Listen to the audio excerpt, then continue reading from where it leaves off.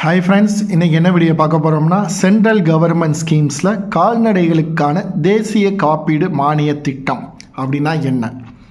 இந்திய அரசின் மத்திய கால்நடை மற்றும் பண்ணையாண்மை துறை DAHD செயல்படுத்தும் ஒரு முக்கிய திட்டமாகும். இந்த திட்டம் கால்நடை உரிமையாளர்களுக்கு குறைந்த கட்டணத்தில் காப்பீடு வழங்குவதை நோக்கமாக கொண்டது.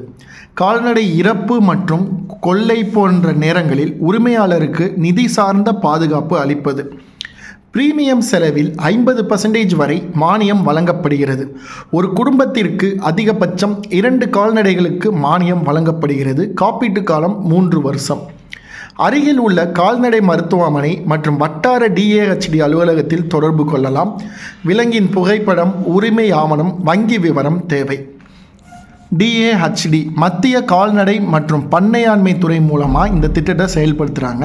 இந்த திட்டத்தில் என்ன சொல்கிறாங்கன்னா, கால்நடை உரிமையாளர்களுக்கு குறைந்த கட்டணத்தில் காப்பீடு வழங்கும் திட்டம். எதுக்குன்னா, நீங்கள் வச்சிருக்கிற மாடுகளுக்கு, கால்நடைகளுக்கு. ஏன்னா உங்கள் கால்நடை திடீர்னு இறக்குது, இல்லாட்டி காணா போயிடுதுன்னா, நீங்கள் இந்த காப்பீடு திட்டம் எடுத்து வச்சுருந்தீங்கன்னா உங்களுக்கு மிக மிக பயனுள்ளதாக இருக்கும். எப்படின்னா, ப்ரீமியம் இப்போ நீங்கள் ஒரு மாட்டுக்கு ஒரு இன்சூரன்ஸ் காப்பீட்டு திட்டம், காப்பீடு தொகை ஒரு 2000 ரூபா வருதுன்னா 1000 ரூபா வரைக்கும் மானியம் வழங்கப்படுகிறது. சரிங்களா?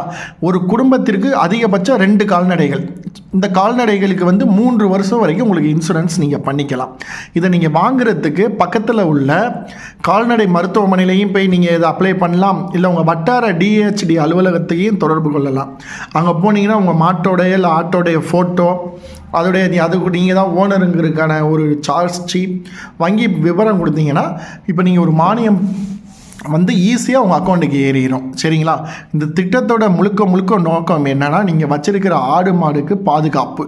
அந்த மாடுக்கு திடீர்னு இல்லை அந்த ஆட்டுக்கு திடீர்னு ஒரு நோய்வாய்ப்பட்டு இறந்துருச்சு, அப்போ உங்களுக்கு வர வருமானம் போயிடுது.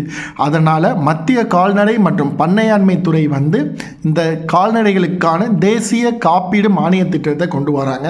ஒரு வீட்டுக்கு அதிகபட்சம் 2 கால்நடைகள், அதுக்கு காப்பீட்டு தொகைக்கு 50% வரைக்கும் மானியம் தராங்க. இந்த மானியத்தை நீங்கள் எங்கே பெறணும்னா, கால்நடை மருத்துவமனை மற்றும் வட்டார DAHD அலுவலகத்தில் தொடர்பு கொண்டீங்கன்னா இந்த கால்நடைகளுக்கான தேசிய காப்பீடு மானிய திட்டத்தை பற்றி உங்களுக்கு சொல்லுவாங்க. இது எதுக்கு மெயினாக வழங்குறாங்கன்னா, கால்நடைகளுடைய இறப்பு மற்றும் கொள்ளை போன்ற நேரங்களில் உரிமையாளர்களுக்கு நிதி சார்ந்த பாதுகாப்பை அளிப்பது. சரிங்களா?